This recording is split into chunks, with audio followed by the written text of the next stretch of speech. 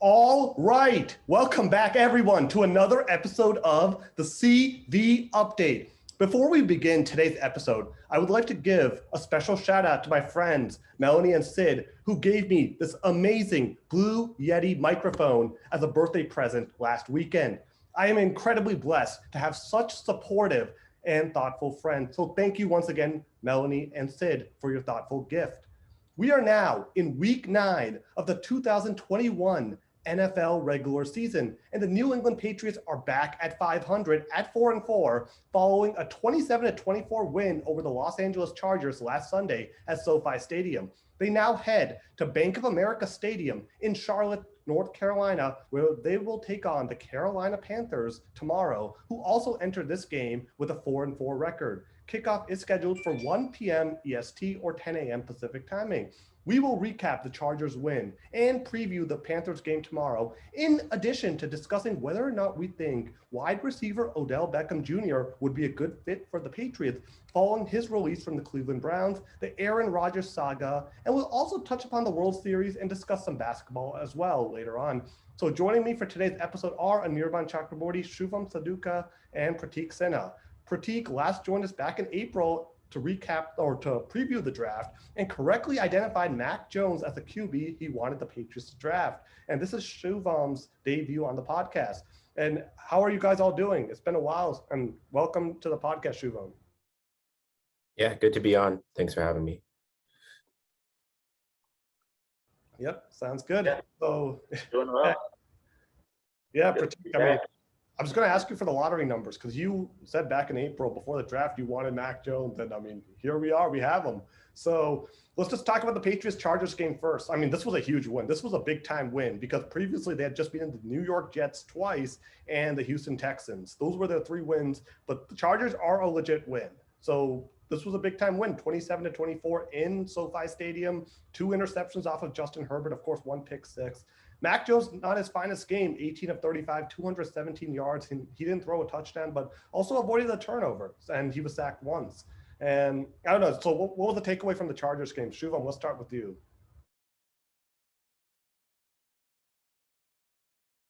Yeah, I thought it was a solid game. I mean, Mac Jones sort of fell off, in the second half, but when it counted, in that like last fourth quarter, I think he was like 4 for 4. Had some big throws.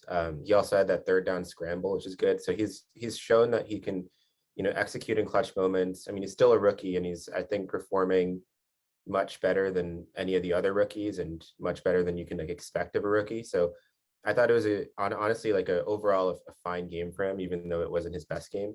And I think what was really good is you saw the Patriots like make the plays they needed to make down the stretch. So, against the Cowboys, you had that like sort of bad drive at the end of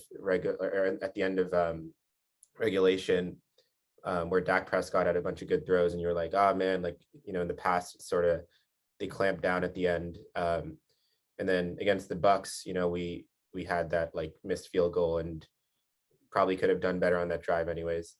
So it's good to see that they finally were able to like execute when it mattered. And I think that's, good sign if they want to make the playoffs or have it run in the playoffs.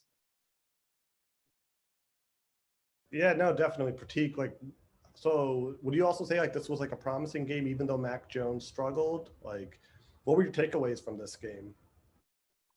I was really impressed actually by the defense, especially Adrian Phillips. He had that the pick six that really kind of shifted the whole momentum, and really that was the moment I kind of felt like, okay, the Patriots they're gonna pull this one off, because yeah, like you said, it wasn't Mac's best game, but with a rookie, there's gonna be some growing pains, and the good news is the rest of the team is able to pick him up.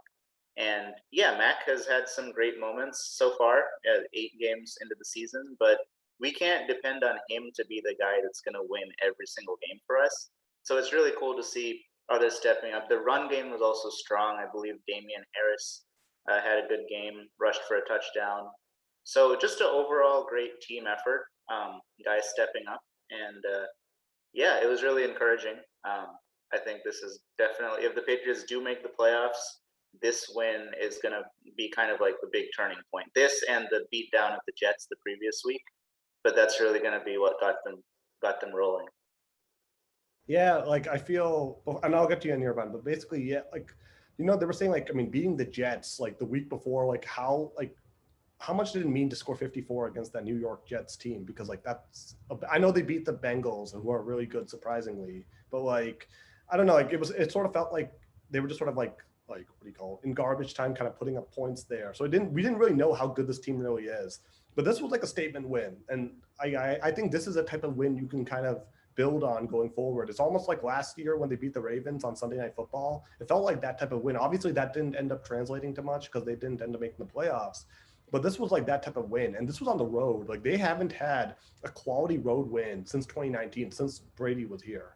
So this was a big time win, beating a potential playoff team. Justin Herbert, once again, Bill Belichick seems to have his number because Herbert was not very good this game. Like I know he had 2 touchdowns, but 2 interceptions. They definitely game planned for him well, and I was very happy. And they also limited Austin Eckler. I think that was a good thing by the defense too. 11 carries for 64 yards, 6 catches for 60 yards. He had a good statistical game, but they kept him out of the end zone. And Keenan Allen, 6 catches, 77 yards and a touchdown. You live with that, right? If you're the defense and you allow Keenan Allen, Mike Williams, who's having a terrific year, 2 catches for 19 yards. You hold their top 2 receivers to 96 yards and 8 catches. Top 2 receivers. You're doing something right. So I'm happy with this performance overall by the defense. The defense was terrific. And really, besides the Justin Jackson 75-yard run he had in the first or second quarter, I mean, besides that play, the one mishap they had, they pretty much did a good job locking down the Chargers overall. They kind of controlled that game. So Anirban, I think, what are your thoughts? Like, I mean, I think all of us agree this was a quality win. So are you echoing that sentiment?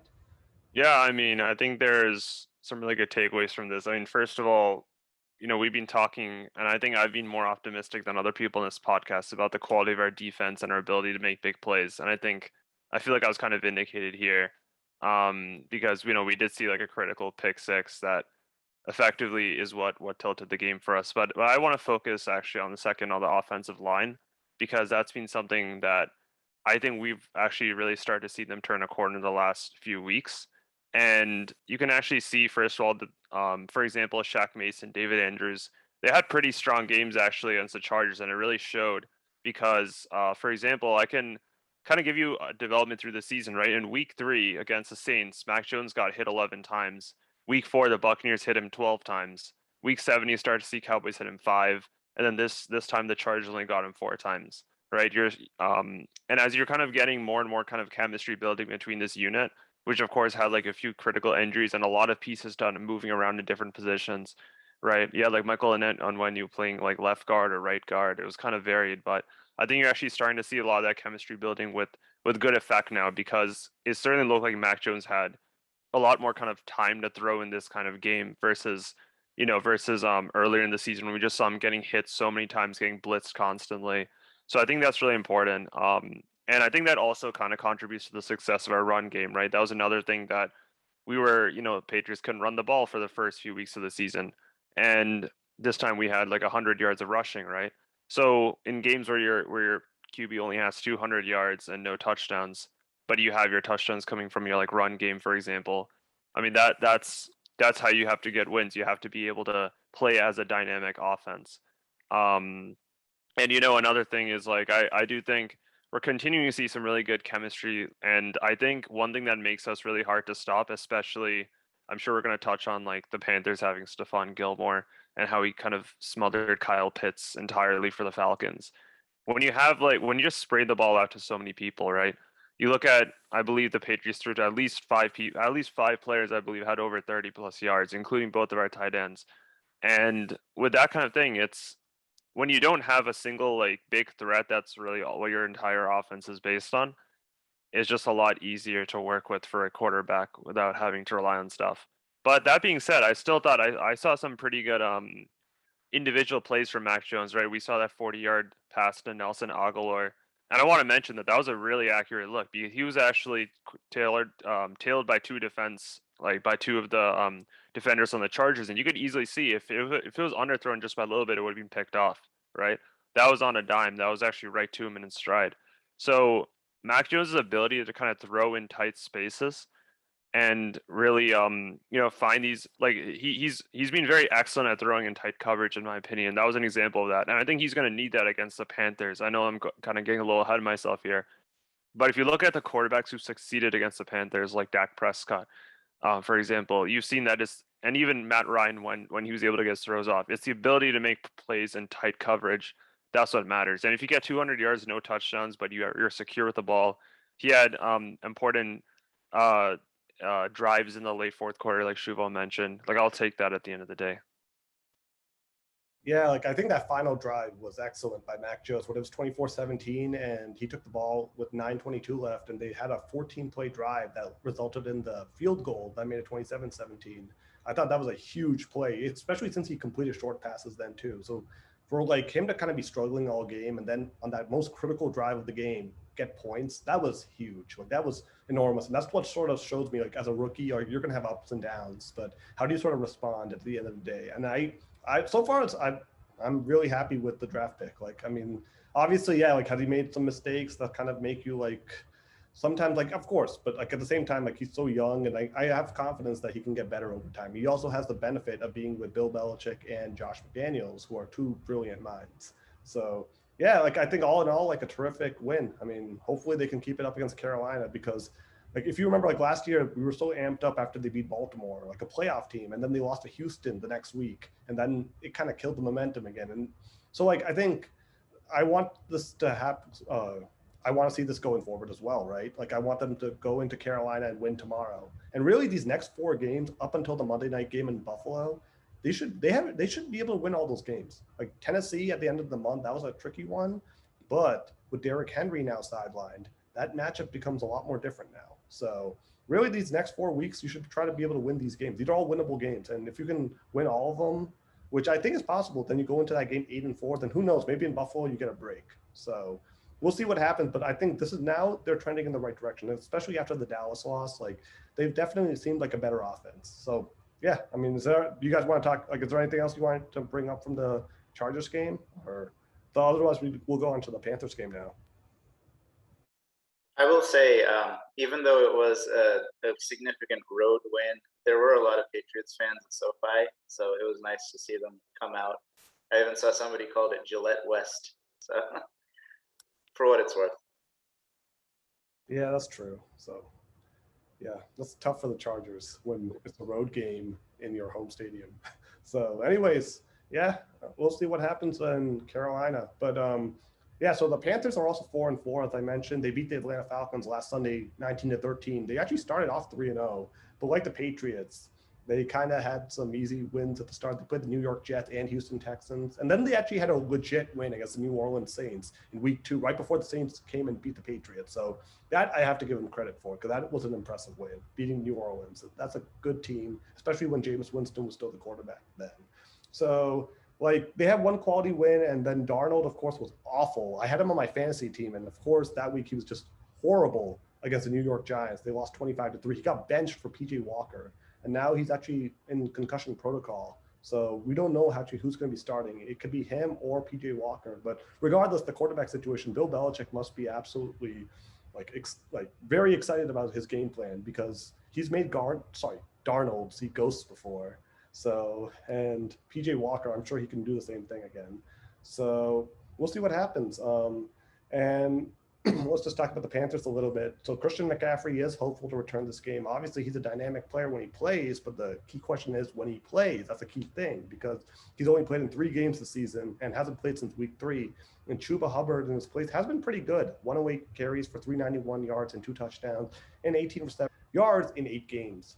That's what I meant to say. DJ Moore, 50 receptions, 645 yards, and 3 touchdowns. And Robbie Anderson, he's having a bit of a disappointing year, 18 receptions for 204 yards and 2 touchdowns. And this is obviously, as you mentioned, Anirban, Stephon Gilmore's revenge game. Obviously, he's unhappy about how his tenure ended with the Patriots. So we'll see. Like, they traded him for a 6th-round draft pick in 2023, and he already had an interception in his first game of the season. So let's just talk about the Panthers a little bit now. So, like, what are the key things that the Patriots need to work on in this game? Because, so let's start with you, Shuvom. Like, what's the thing that kind of worries you most about the Panthers that, like, didn't worry you about the Chargers? I mean, I think the big one is Stephon Gilmore, or like the lockdown corner. I think Anirban put it well. Like, we don't really have that, like, wide receiver one threat. So it'll be interesting how they match up Stephon Gilmore. But if you take, for example, Hunter Henry out of the game, or even if you take out one of the wideouts, like, I don't know who they'd put him on, maybe Aguilar, maybe Kendrick Bourne, Jacoby Myers, even if he's rotating between all those three, like, that just gives Mac fewer options, has to make, smarter reads. I anticipate seeing maybe more checkdowns in this game, because I think Gilmore might, help eliminate that deep threat. When, you might hear more of the Mac Jones can't throw the deep ball, but, if they're not open, they're not open. I think another thing is, the Panthers have some solid wide receivers. I mean, we've faced some teams that have solid wide receivers. The Bucks obviously have great wide receiving core, and the Chargers also a good wide receiving core. But I wouldn't sleep on like DJ Moore, and even like Robbie Anderson to an extent. Like, both of them have shown the ability that they can get downfield, get open. And I think it's important to really lock down that deep ball, because with a quarterback like Sam Darnold, like, I don't think you're probably gonna see consistently great throws like all game, but you might see, like, once, just like a pass go for like 40 yards to like DJ Moore or something. So I think basically just the passing game will be really interesting to watch. Yeah. No, agree. Anirban, what are your thoughts? Like, do you think, like, what worries you about the Panthers the most? Is it all, I mean, Gilmore definitely, and like, I just wanted to elaborate on that. The Panthers actually have the #2 passing defense. They've allowed 188.9 yards through the air. So their secondary is even better than the Chargers, which was 4th ranked. And they have Dante Jackson as well, and Stephon Gilmore, 2 very good safeties, Sean Chandler, Jeremy Chen, and linebacker Brian Burns is a very good player too. So they have a very good defense. Like, their defense is like terrific. And they actually have the 15th ranked run defense with 168 point yards through the ground. So it's a much better defense, a much more stout defense. Like, the Chargers actually have the worst run defense in the league. So it was actually easy to run the ball on them, considering. But now you go from the worst defense to like an average run defense, which is better than that. So, I mean, I still think this is going to be the type of game where Damian Harris needs to have a strong game again. But I am hopeful that they can kind of get by against the Panthers secondary with those short passes, the ones that Mac Jones had in his final drive. Like, that's probably going to be your best shot in moving the ball down the field and getting points. But I'm seeing this is probably going to be another type of kicking game. Like, probably Nick Folk again probably has 2 or 3 kicks this game, field goals. Like, I could see a lot of field goals this game from both teams. So, yeah, but Anirban, what are you thinking? Like, you thinking, what's the biggest thing the Patriots need to focus on?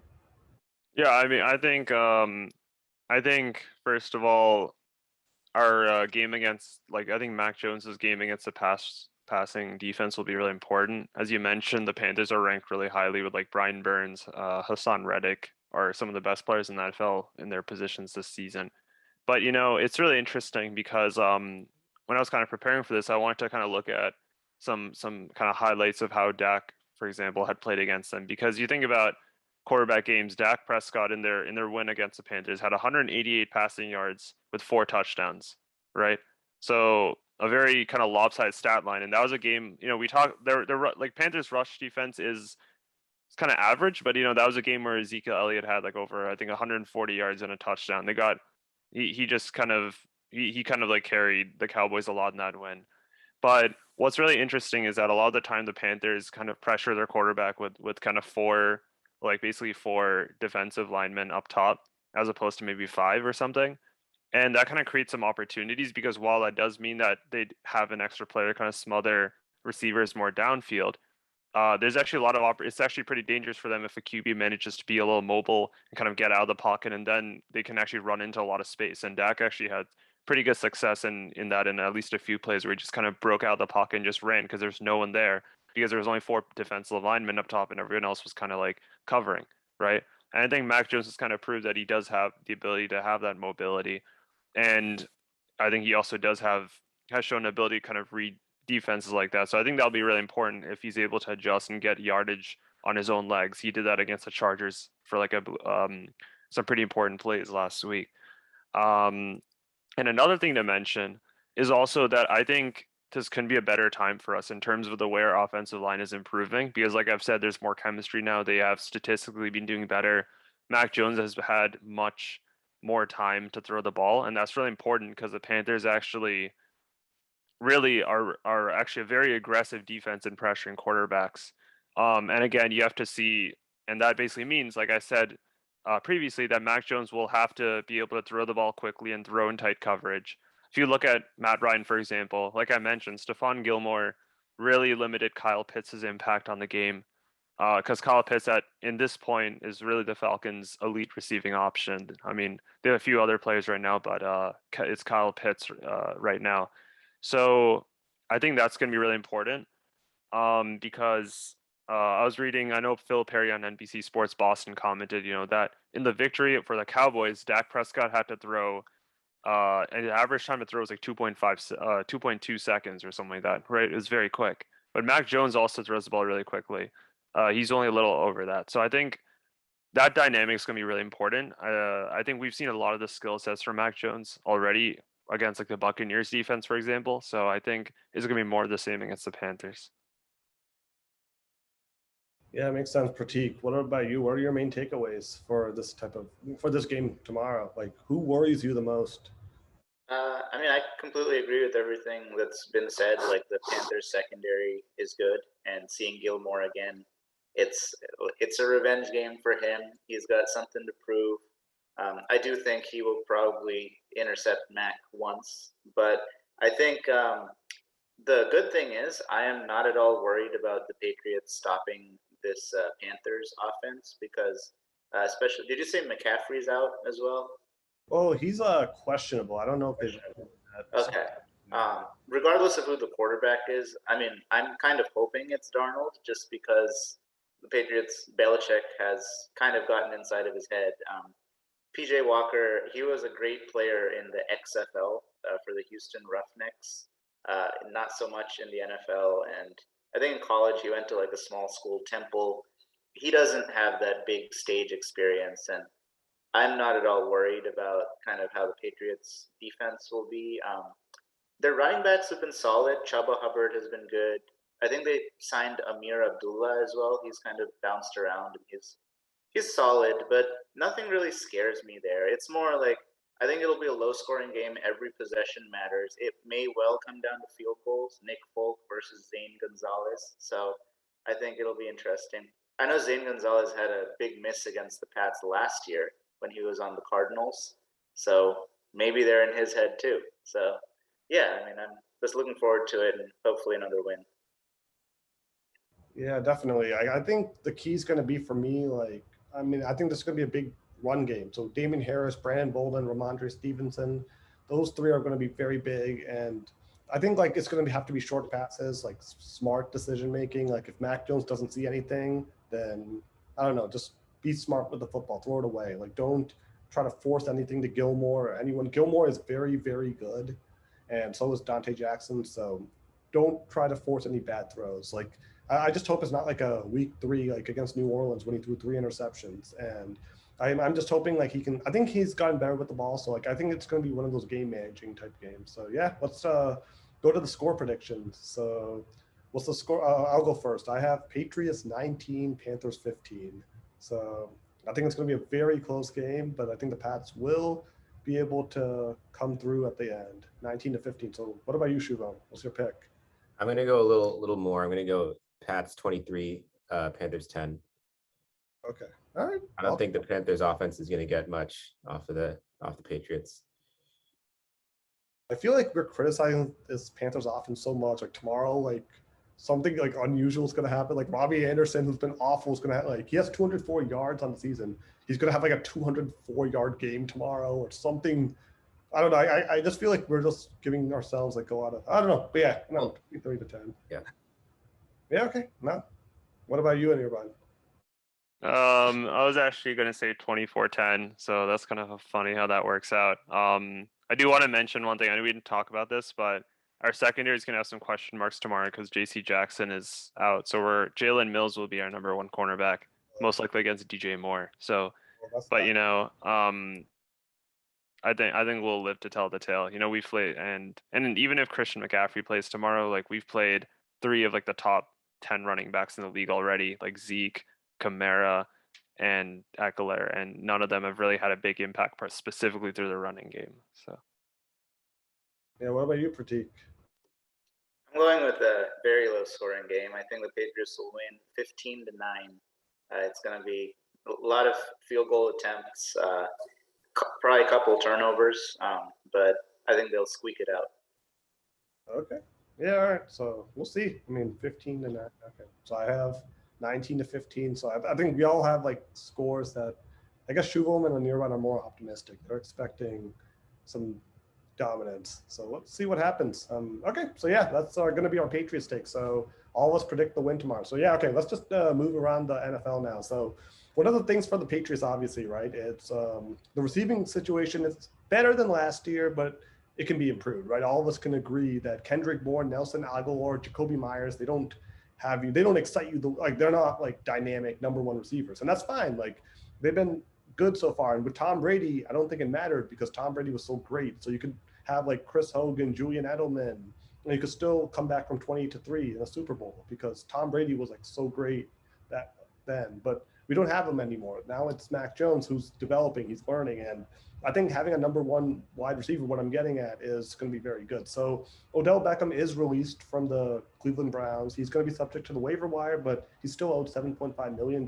And I'd take a chance on him if I'm the Patriots. I think Odell Beckham, if he's able to buy into the Patriots system, he would be very important to have on the team. He would instantly command respect from the opposing defenses. He'd be pretty much commanding the attention of the number one cornerback on any team. And that would free up opportunities for Jacoby Myers, Kendrick Bourne, and Nelson Aguilar, and also the tight ends, right? I feel it opens up the offense by having a deep threat. So for me, I'm all on board. Like I know he hasn't had a great year and he's kind of has some conflicts with the Browns. Like his dad criticized Baker Mayfield, which I don't know. I mean, obviously there are some things that kind of are concerning on that front, but I'd take him just because I mean, I think this team actually, when I look at the AFC now, like I think it's more wide open than I anticipated. Like Kansas City's completely they don't look like the same team anymore at all, like from last year even, like prior to the Super Bowl against Tampa Bay. So I would do it. What about you guys? Like, do you guys also take a chance on Odell, like even with his like history in the past? I will say that, so first of all, it's unclear if the Patriots would even have a chance to pick him up because I think the Seahawks are above the waiver wire on the Patriots, and the Seahawks have, tried to get Josh Gordon, try to get Antonio Brown. They've been, on the hunt for a good receiver for a while. So in the sort of lucky case that the Patriots can get him, I do think that Belichick should get him, right? It's like a low risk, high reward situation. I mean, like Belichick has taken players like off the waiver wire before, like, sort of, I think Aqib Talib was off the waiver wire, and like we got, I mean, this is not off the waiver wire, but we got Randy Moss for like much cheaper than, he like his actual production value was. So, and the worst case is, like if he doesn't really work out, if he's a chemistry issue, or if he's just not catching passes or can't learn the playbook, like you can always just sort of cut him. It's not a huge deal. And I think the situation here is that Belichick the leverage, right? Because Odell has kind of had 2 bad seasons now, or 1.5 bad seasons. And so he's sort of on on notice. Like it's not like everyone around the league is like dying to get Odell anymore. So it's in Odell's best interest to really, learn the playbook and all that. I think the big question here is can he learn the playbook? Because I think in the past we've seen, certain receivers come through like a Belichick, Josh McDaniel system and have a tough time learning the playbook. So he can be a good receiver, but it's a tough playbook. Yeah, and also like he's learning it like on the fly because like mid-season. So yeah, no, yeah. I can definitely see that as an issue. Like I guess Josh Gordon, like I mean, I know like it didn't entirely work out in the end, but in 2018 when he came, he made an impact when he was here. Yeah.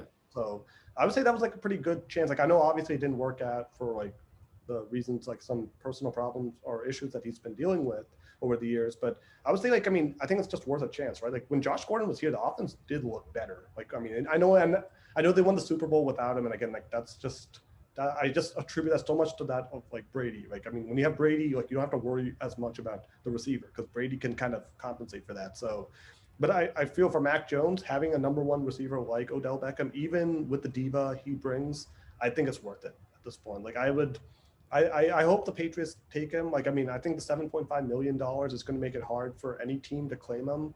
Like, I think only a few teams even have that much cap space right now. So, yeah, we'll see. Like, Seattle would be interesting because they already have Tyler Lockett and DK Metcalf, and Odell wants the ball more. So he'd already have to deal with that. And then I can already imagine if he has an issue with Baker Mayfield, can you imagine what issues he might have with Geno Smith throwing him the ball? His dad might be like complaining like every like play call essentially. So I don't know if the Seahawks want to bring that in. Like Mac Jones, like all jokes aside, like I think Mac Jones at least, like if Odell and Belichick have that relationship that he's said in the past, he admires Belichick deeply. So if that's true and everything about that is true, then Odell will sign with the Patriots or he will sign with the Pats and he can actually become a pretty good player. And we'll see what happens. So I'm just starting to think now, like, I mean, I think these last 2 wins have made me think like this team actually has a shot to do something in the AFC. I don't think they're good enough to win the Super Bowl or anything yet, but I do think like with Mac, like if you can get to like the playoffs divisional round, I think Odell, a wide receiver like that could propel you to that. So yeah, I don't know, Pratik. I mean, I know you had them losing to the Bills, right, in the divisional round. So do you think Odell would kind of guarantee that scenario happening where they make it to the playoffs? I mean, not lose to the Bills, but make it to the divisional. Yeah, well, I mean, Odell himself doesn't really translate to playoff success. I don't think he's ever won a playoff game. He made it once no, he did last year, but he wasn't playing on the Browns. Like he was injured. So, like, I mean, he definitely opens up another dimension for the offense. And I think the off the field stuff, like the Patriots are a better run organization than the Browns, and they would be able to limit that, like, zero tolerance and all. The downside is like we did see what happened with Antonio Brown when the Pats got him. He played for a game, but I think Odell's issues are different, and I think his mainly come from dissatisfaction of being targeted and stuff like that. And if he's able to suit up for the Patriots, I'm sure they will give him the opportunities. So I would say, yeah, they should try for him if he's available. And it would definitely be interesting because, yeah, like you said, none of the receivers on their roster currently really strike fear into anybody's hearts. Like, besides, like Hunter Henry's a good tight end, but the others are just they're good players. But Odell is a great player, and he can make the offense explosive. So I would say yes.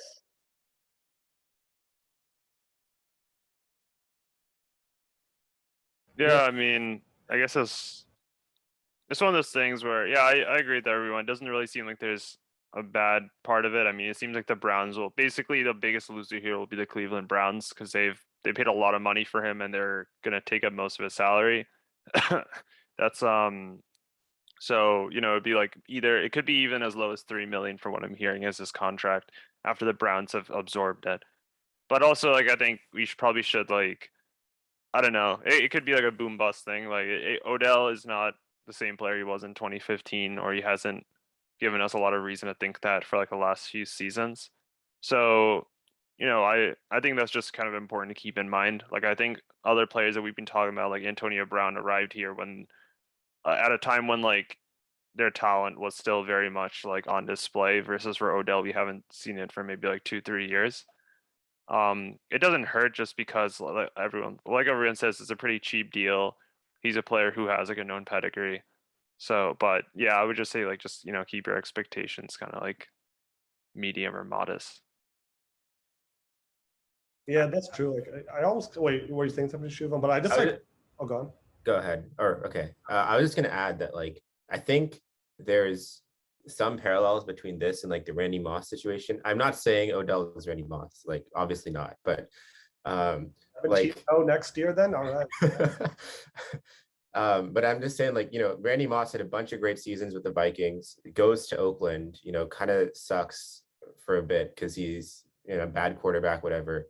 And comes to New England. I'm saying that's a closer situation than like the Antonio Brown situation where like there's a lot of receivers who've kind of had had their ups and downs and then come to the Patriots. I think the closest one to the situation is like Randy Moss in terms of like what the like situation is like, in that there's this guy who's had a bunch of great seasons, fell off, and then came back. It's not like he, quit on the team like AB or something.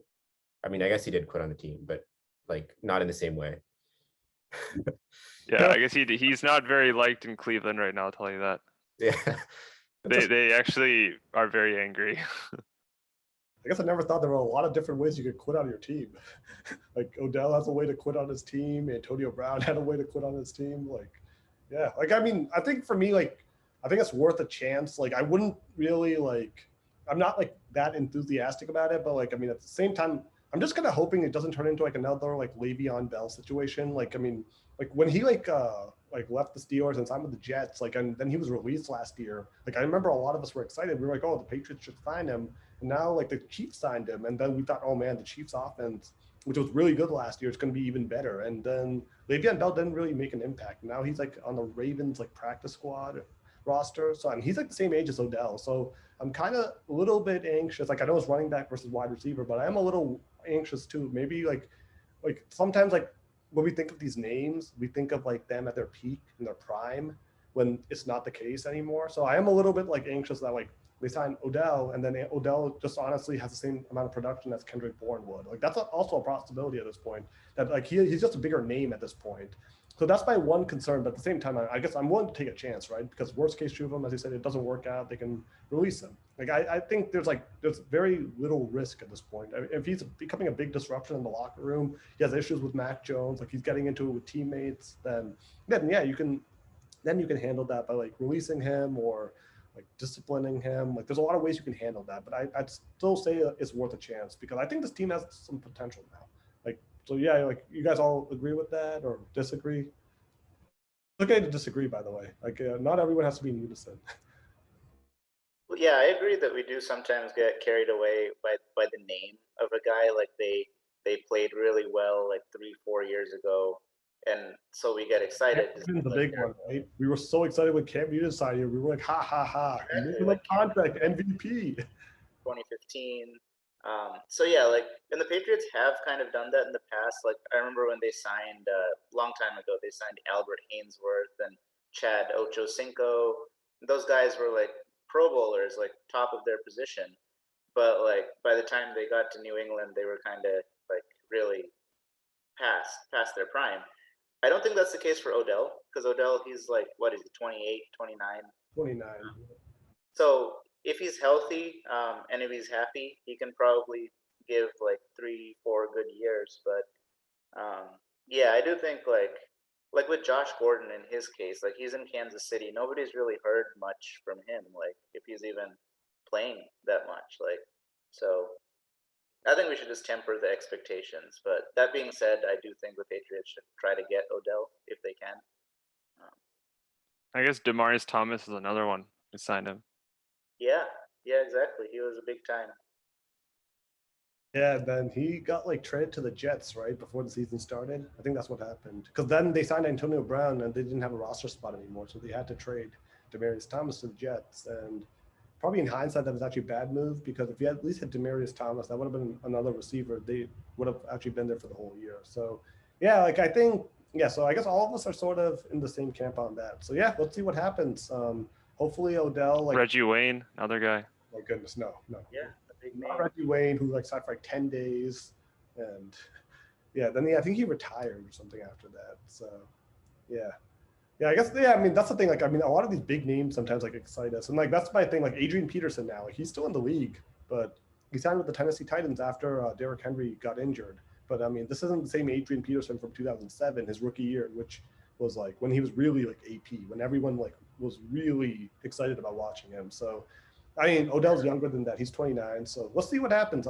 Maybe next week when we host the podcast, we're talking about Odell and how he's going to fit in. Hopefully that's happening. I'm hoping he comes here. So we'll see what happens. And okay, so that's our take on Odell. Just very quickly, just the Aaron Rodgers situation. I'm just very thankful, like, that this isn't happening in New England, where like Aaron Rodgers apparently said he was immunized back in August, and immunized and vaccinated are not the same thing. And apparently he was waiting for a follow-up question. So when he said immunized, he was expecting a reporter to say immunized with the vaccine, right? And then he would have said no. But since he wasn't asked that question, he basically thought it was okay to basically just not reveal that he had taken the vaccine, and that he had not taken the vaccine. So this is just a very, I don't know, disastrous situation in Green Bay now. Like, if I'm a Packers like supporter or like part of the ownership group, I'm absolutely livid that this is happening mid-season when you're 7-1. I think it's just inexcusable. So like, I mean, what do you guys think? Like, this is just horrible. Like, I mean, what's going on in Green Bay? Like, this is like, shouldn't be like, I mean, it's one thing to like kind of publicly go and say like you're not taking the vaccine. And even that's like better than just simply like kind of staying quiet about it. And then this happens, and then all the backlash is happening from that. I think what's even worse is he went on the Pat McAfee show yesterday and like just like rattled off like half conspiracy theories about the vaccine. Like he was saying things like, oh, if it works, then like why do people still, you know, get COVID and like things like that. I'm like, dude, like this is like the last thing you want to be doing to your team right now. Like even if you put aside like the fact that like the factual basis of what he's talking about, like I think the NFL sort of framed it in the right way compared to other leagues. Like this is a competitive advantage that you should take.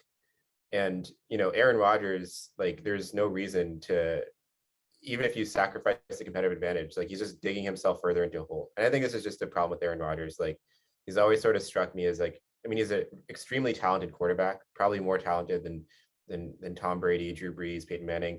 But the reason I think he doesn't have the success of those guys is like, you know, Tom Brady walks into the room and like everybody's listening to him because he just has like a leadership aura about him. And if Aaron Rodgers does stuff like this, like obviously he can't, you know, command the same respect. And I mean, it's just a good example of why I think Aaron Rodgers is like can't win, you know, championships. Yeah, I agree. Like, I mean, him consulting Joe Rogan now for medical advice was pretty alarming. Like, I don't know, like it's kind of like it's almost like, I mean, I think him trying to submit his own like homeopathy treatment to the NFL. I think he tried to like just undermine all the researchers who developed the vaccine at Pfizer, Moderna, Johnson & Johnson. Like, I mean, I don't know. Like, I don't know if he just thinks he's like smarter. He's as smart as a doctor now. Like, I mean, he's a great quarterback, but I don't know if he just thinks that because he's a great quarterback, he's also like some doctor now. Like, I mean, it's just like these are the things that are very alarming. And like, I don't know what else to say. Like, I think for the Packers as an organization, I think this is bad. Like, this is just like this couldn't have been at a worst possible time. Not just because of the season, but like you're trying to like you've already had like a lot of drama with him in this offseason. There was a whole thing where we didn't even know he was going to even play in the NFL again. That's how bad it was. And now this happens again. Like, I don't know. Like I think honestly they should try to trade him in the offseason. Like, I mean, I don't know who's going to take him, but like they should try to like at some point you have to like think enough is enough. Like a Super Bowl is nice, but I mean they haven't won a Super Bowl since 2010. And last year, I mean, you can argue there was some questionable officiating in that NFC Championship game, but he didn't get the job done then either, and that was at home, so at Lambeau Field. So it's been going on for a while, and like I feel after a while you're almost like it's like the same situation with Brett Favre, right? They had in 2007 after an NFC Championship game loss, they basically let him go and were confident with Rodgers. I think depending on how Jordan Love does, either or they have to draft a quarterback. But if I'm the Packers, I'm done with them after this season. What about you, Pratik? And I don't know. What are you thinking? Yeah, I mean, definitely it's disappointing that he was not really forthright about his vaccination status. And in the off season, I remember it was a big story when it turned out Cam Newton was not vaccinated and there was miscommunications and the media really went after Cam. Recently, in another sport, Kyrie Irving has gotten a ton of criticism for not being vaccinated. So Rodgers kind of dodged all that by saying that he was immunized, but now that the truth is out, and now he's made some concerning comments as well. Like he went on this Pat McAfee show, and he said that he's like allergic to something in Pfizer and Moderna, but he still could have had J&J. But then he saw that there's blood clots, so he applied to be treated as though he's vaccinated, even though he's actually not. And now he's getting angry. He's saying the media and the woke mob are coming for him, but really the biggest winner in all of this, I think, is Jordan Love, because now he has an opportunity. And especially because the Chiefs are not as great as they were before, if Jordan Love has a big game tomorrow and the Packers beat the Chiefs, he is really, people in Green Bay can really be excited about him, and they'll say, maybe this is our guy going forward. And I know it would just be one game, but in the NFL, all you really need is an opportunity. Like look at Mike White. I mean, he came up, he struggled against the Patriots a little bit, but then he throws for 400 yards. Now a lot of people in New York are making like memes of him as like Jesus and stuff. So I mean, it's really, if Jordan Love gets a chance and plays well, I agree. Aaron Rodgers might be out of Green Bay next year. Although I do think there would be a lot of teams that would be happy to take Aaron Rodgers, even now. Like look at like Miami or whatever. Like Aaron Rodgers will find a place outside of Green Bay. I don't think he needs to worry about being employed, but it is disappointing, the whole situation. What about you, Anirban? Like, I know as someone in the medical field, when you hear a star athlete making these types of comments. Yeah, I mean, I mean, I pretty much agree with, what you guys have said. And in regards to what Shuvom said, I mean, I know it came out over the summer about an NFL general manager talking about how a lot of teammates and coaches actually don't like Aaron Rodgers. And he's had players like Greg Jennings be really critical about him for how he would diss them or belittle them at practice. And I think that kind of relates to what Shuvom is saying. Like in sports, raw talent only gets you so far. You also need, I think, a level of maturity and kind of leadership skills that makes someone like Tom Brady so much better. Like I to this day, I've never really heard any, like people sometimes criticize Bill Belichick, like ex-players. I've never heard really anything but good things from other players about Tom Brady, right? Or even like Peyton Manning or other quarterbacks who are kind of in that pantheon. Whereas Aaron Rodgers, it seems like he just has a lot of attitude problems and he can be great for statistics, but maybe not great for the team. I think this is just another example of that. And like it's just really unfortunate when you think about how much how much information that these players have access to as some of the most powerful celebrities in the country, right? Like if Aaron Rodgers was seriously, if he was, saying this stuff on good faith as someone who's genuinely trying to understand science, if he wanted to, he has a stature where he could probably email Anthony Fauci and say, "Yo, can we have a one-on-one with you or something?" I'm not kidding. And he'd probably get it because he's a celebrity and that's how these things work. Do you know he's a spokesman for some health group in Wisconsin? He's actually Aaron Rodgers? I think a spokesman for some medical group in Wisconsin. And that's the thing. He's it's just not really on good faith when players like him or even Sam Darnold argue about the facts and stuff because they have access to the experts of the world if they want at their they have the influence to do that. And regarding the status, right? I was digging into that more, and the Packers and the NFL actually both knew his status. It was basically he basically the people who didn't know was everyone outside the Packers and I guess the upper echelons of NFL administration. But that still begs a lot of questions, right? Because he was seen at that Halloween party unmasked or what. He wasn't. He says he followed the letters to the T, but it really doesn't look like he did. Because on the sidelines, for example, my understanding is if you're you are supposed to wear masks when you're talking to reporters and stuff. He hasn't been doing that. So he's been acting in all intents and purposes. The reason we all thought he was vaccinated was because he was acting like a vaccinated person and how he talked to reporters, how he showed up in footage without masks. So yeah, I don't know what to say. I mean, it's just very immature. And honestly, I guess the Packers, it's just letting his team down also at the end of the day. For all this talk about teamwork and being a leader, and you're just letting your team down in a very crucial part of the season. And I say letting your team down, but this is also on the Packers to some extent, right? I think there needs to be more pressure from teams on their players. I think how the Nets handled Kyrie Irving and said, we will not compromise. You will not be allowed to go to our practices in the state because you're not vaccinated.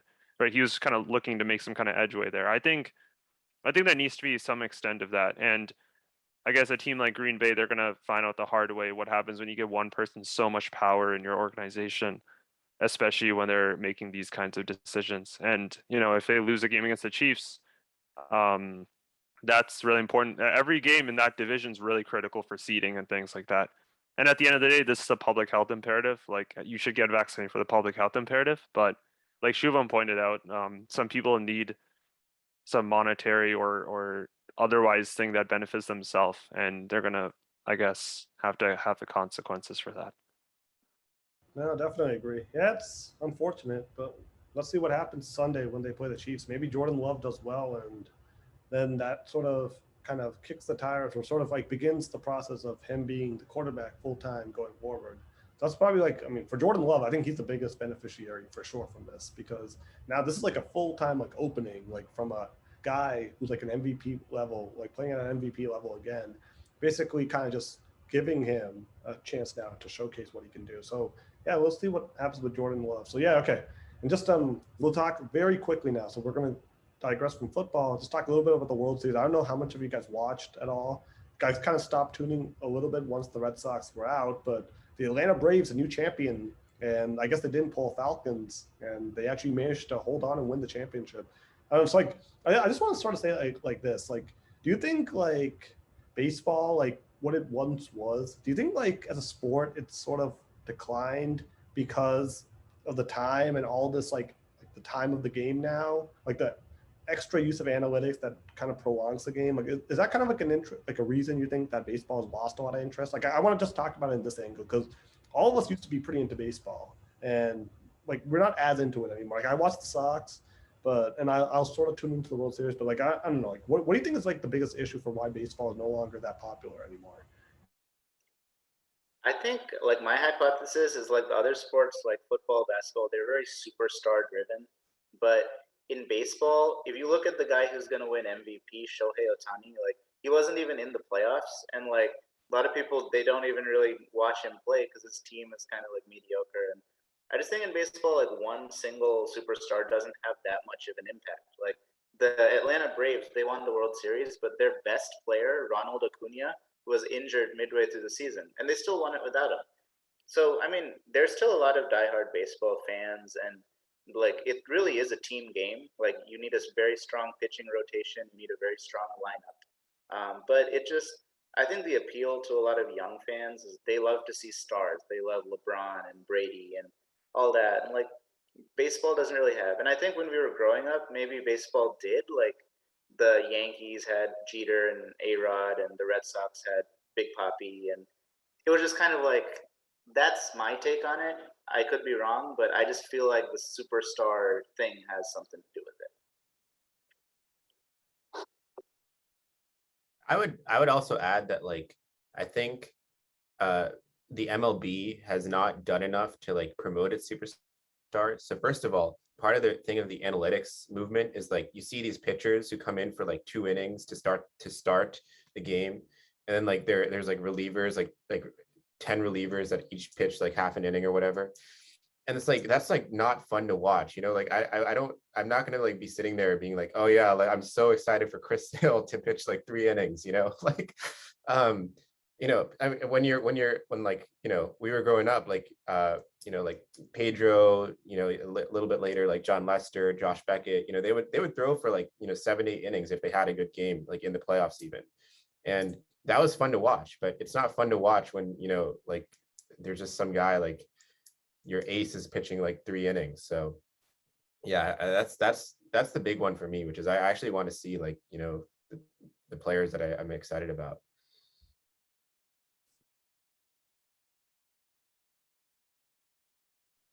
I kind of agree with that. I guess I don't really have much more to add beyond that.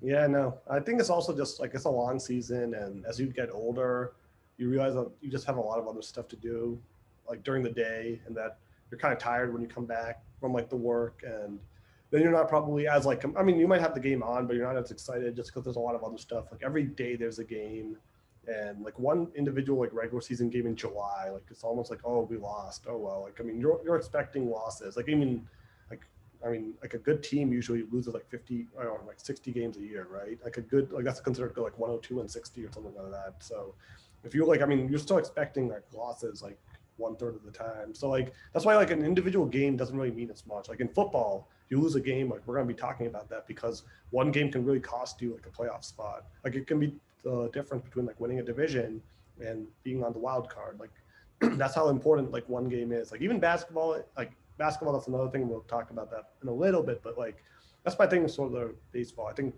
we'll see if they can kind of find a way to rejuvenate it. But I think, yeah, they haven't really done enough. I mean, the Red Sox, obviously, that was a nice playoff run for sure. But I mean, I don't know. I couldn't really watch the World Series. Like, I didn't think it was like that interesting of a product overall. Like Atlanta was clearly just better. So, That's sort of my takeaway from that. Okay, so just very quickly, just wanted to touch upon some NBA, like the Celtics and Lakers both seem like they're sort of struggling. I mean, I know the Lakers have like a 5-4 record. The Celtics are 4-5. So what's your take on the like NBA season so far? Do you also feel the NBA is kind of harder to watch now, like as well?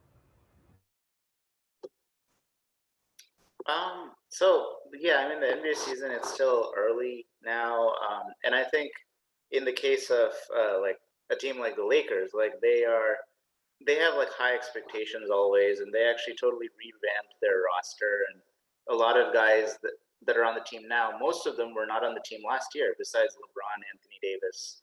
Um, so basically, really, guys are still trying to figure out how to play together. So that's why the early days of the season, they're going to have some bad losses and ups and downs. And um, I will say that the NBA in general has done a very good job with promoting its marquee matchups. Like the opening night games are always good. I think the Celtics played the Knicks at Madison Square, and that was national TV, and it was a really good game. Always Christmas, Martin Luther King Day, like they have like these really good matchups, and that's what draws fans in, even for regular season. Like I still don't think everybody watches all 82, but they at least know that if they turn on the TV, there's going to be something good to watch. And yeah, the superstars are good. I mean, the league is interesting now because LeBron is aging. There's a lot of young talent in the league, and there's these super teams that everybody loves to hate, like the Nets. But even they're not like dominant. And last year, the finals, Giannis led the Bucks to the championship, and that was like a cool story because they did not have a super team. They had a really good team and a really good superstar, and they won. So I was happy with the finals last year.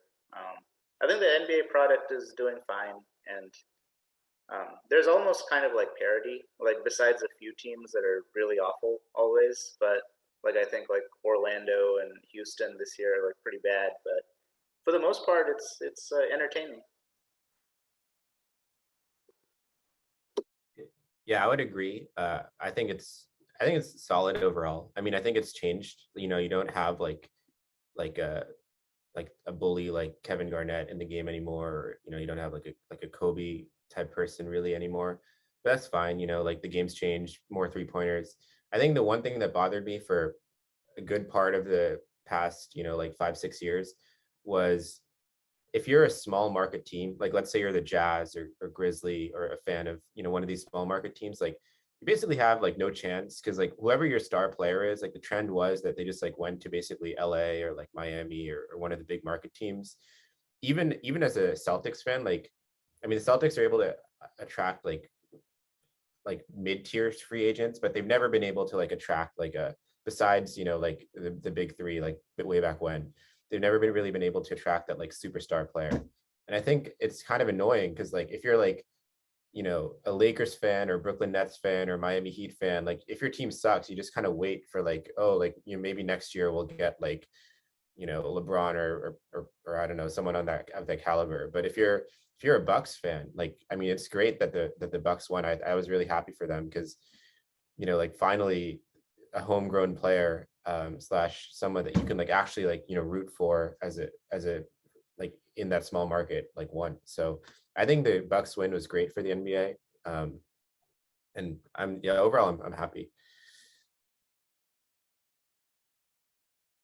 Yeah, I agree. I think the NBA, it's all about superstars. Like that, those are the guys who are marketed the most. Like Giannis. I mean, LeBron's getting older, but I think there's a terrific group of younger players like Luka Doncic on the Dallas Mavericks, Trae Young on the Atlanta Hawks. Like Trae Young had a terrific, like this past season, like Devin Booker in Phoenix. Like there's a lot of these young stars who are now really emerging, and hopefully that's kind of like the next wave of like superstars. Like I mean, we still have Kevin Durant, who's 33, so he'll be around for another couple years of like really elite play. James Harden's kind of getting older now too, but I think I'm very optimistic about the future too. Like, hopefully Zion can stay healthy because he's a very good player when he's able to stay on the court. Obviously, he's injured, and I don't know when he's going to play. But I think, yeah, like I think overall, it's good to have a lot of like new faces in the league too. I think that's always important to see. Like it's always nice to see someone new. I think I was happy for Milwaukee last year, though I kind of did feel a little bit bad for Phoenix as well because I mean, Devin Booker, like that's a small market. Like they're a team that's kind of been overlooked over the years.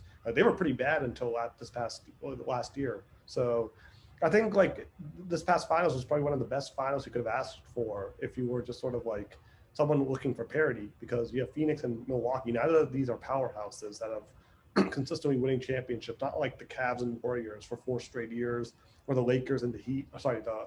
Lakers Heat. I'm just talking Spurs Heat, like those 2 back-to-back years with LeBron and Tim Duncan and Kawhi. So I think it was good to have like kind of a different matchup, something that wasn't, and of course we can't talk about like, the Warriors who made it for 5 years. It was good to have a different team in it that was sort of like not like they, aside from Chris Paul, they pretty much built the rest of their roster. Devin Booker, DeAndre Ayton, and so yeah, I hope the NBA, I think it's trending in the right direction. I just feel like my biggest issue is nowadays, like with so many players, they don't really care about the regular season that much. So those make the regular season, like, I don't know, Kawhi Leonard, I mean, he's injured this year, but this load management thing, I don't know. I really don't like it because, like, I just feel like as a fan then, like, what's the point of watching a regular season game when you know Kawhi Leonard's going to be out, right? Like, there's no point in watching these games where these stars are always resting for the playoff. And if that's the case, then maybe the regular season needs to be shorter then. If, like, LeBron's going to be sitting out some of these games. It makes no sense to just show some games where it's going to be a bunch of bench guys. Like, no one's going to be paying tickets to watch the Miami or the Lakers bench, right? Or any team's bench. Like, you want to see the star players. That's why you pay the tickets. That's what sells the tickets. So, yeah, like, that's my biggest issue. Like, I think maybe they need to make the regular season shorter, because if it's just a thing where the regular season doesn't matter at all and it's just all of the playoffs, then it's almost like, why even, like, make the regular. Yeah, I think they're actually trying to address that with the whole play-in idea, and they're saying that if you're like a lower seeded team, you should still keep playing, because now it's like the top 10 in each conference really have a shot. So I think they're trying to add incentives for regular season. Like in the old days, like if you're not in the top 8, you might as well just call it a season and like rest and stuff. But so I think they're trying, but I don't know if there's a way they can like force teams to like always play their stars. Like that would be kind of not, like, I don't think that's feasible, but I do like the play-in idea. Yeah. And I'm a Lakers fan, so I was not thrilled that the Lakers had to play in the play-in game last year. I think the Celtics did too, actually. They won their first. Lakers got the 7th seed, right? Because they beat the Warriors. Yeah. The Celtics beat the Wizards, I think. Although honestly, looking back, like 7 seed meant you guys had to play the Nets, so that was pretty tough. But yeah, so I think they are trying to find ways to incentivize it. But I agree, it's annoying when you want to watch a game and you see your favorite players aren't on the floor. Not just that, like they're just laughing on the sidelines, like all dressed up in suit and tie. They're like just laughing and smiling, and like I think that like makes you even more frustrated. That like, I mean, it's one thing for injured, right? Like I understand that, like you can't play if you're injured.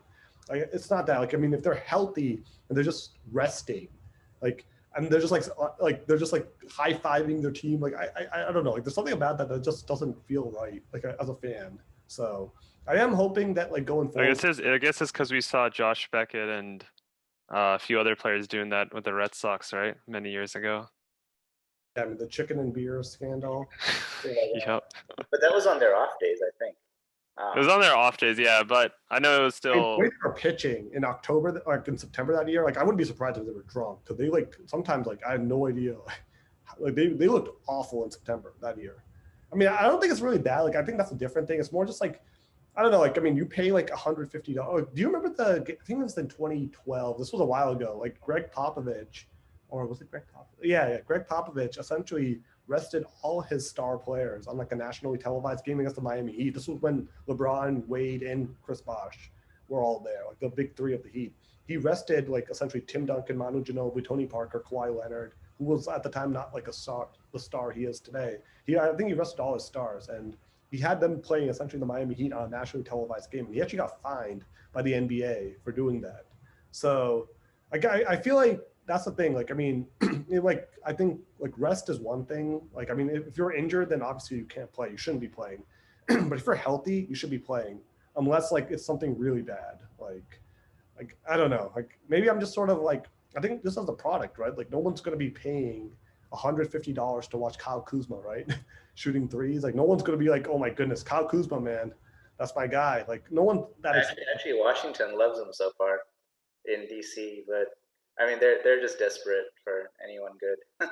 Just name some other reserve player. Like if you're like a Phoenix Suns supporter, are you paying money to watch Jay Crowder? Like is Jay Crowder the reason you're like selling tickets? No.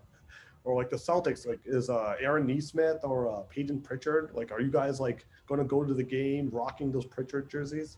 If you are, then Celtics actually load manage. Like I haven't heard. Like do they just like sit Tatum and Brown if they need it? Like I haven't really heard much about them. No, Celtics actually are good with that. So like I'm just more like saying like the biggest culprit for this is Kawhi Leonard, who has like kind of introduced this whole concept where he will just essentially play, like sit games because to manage. And like I mean he won a championship in 2019, but at the same time like I don't know, like I mean if you need to rest that much, then I'm almost kind of like what's the point of having 82 games if you're not going to play in 20 of them?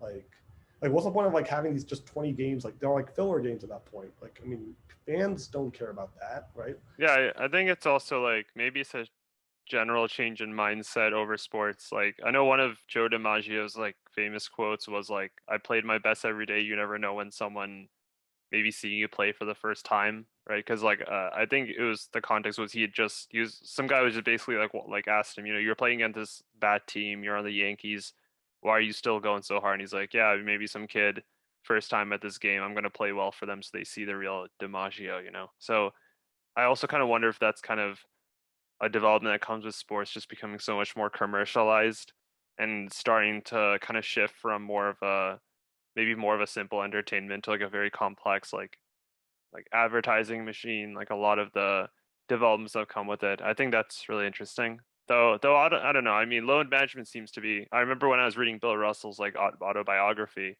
he was mentioning how he'd kind of devised a really special system with Red Auerbach where, yeah, I guess he also did load management to some extent. Like he would sit out for like entire quarters and come back in the fourth for like 5 minutes or like really specific numbers. Though it doesn't seem like that was a very common thing when he was doing it. So I'm guessing it's more common now. I will say another thing is that the NBA's growth over the past 10 or so years, or honestly the past like 30 years, has mostly been overseas markets, which I think really changes the dynamic of like a lot of these questions. Because like from our side, if you're almost anywhere in the United States, you can drive like at most like 2 hours or so, and watch these people play.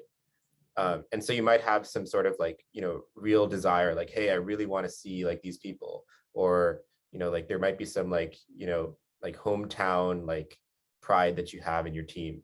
But if you're some like dude in like halfway across the world, like you probably just care about the highlights, and so you don't care as much about this like load management stuff. So like this might be something that like all these like American fans are like super pissed about, but I can see it as definitely something as a broader NBA fan base, like people don't really care, and so maybe that's why it's still going on.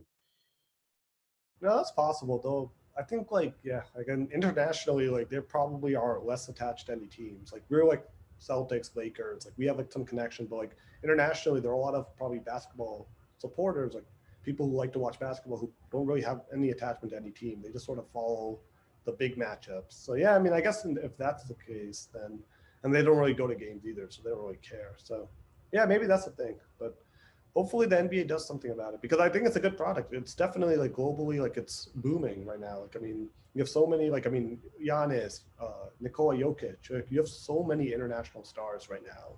Like that really elevated, like Dirk Nowitzki when he played like Germany, like he was a huge deal there too. So like, I think like just the presence basketball has, like it's the best, like it's the most globally of the four like major leagues. Like it's probably the biggest one. Hockey's definitely has a presence in Europe. But I think basketball overall, like even in India, like especially China, India, is very popular in those areas. Like it's getting more popular in India, not as popular in India yet, but it is popular. It's starting to grow there because basketball is popular. So yeah, that's the thing. So we'll see what happens going forward. But yeah, that's gonna be today's episode. No, it was great talking to you guys, and hopefully the Patriots have another win against Carolina tomorrow, and hopefully Odell Beckham is a Patriot by the end of next week. So. But that's going to be our episode. Until then, have a good weekend, everyone. Enjoy the Patriots tomorrow or whichever team you support. Unless it's the Giants or the Jets or any of those teams, then I hope you guys lose. But besides that, no, I'm all good. Just we'll see what happens next week. Have a good one, guys. See ya.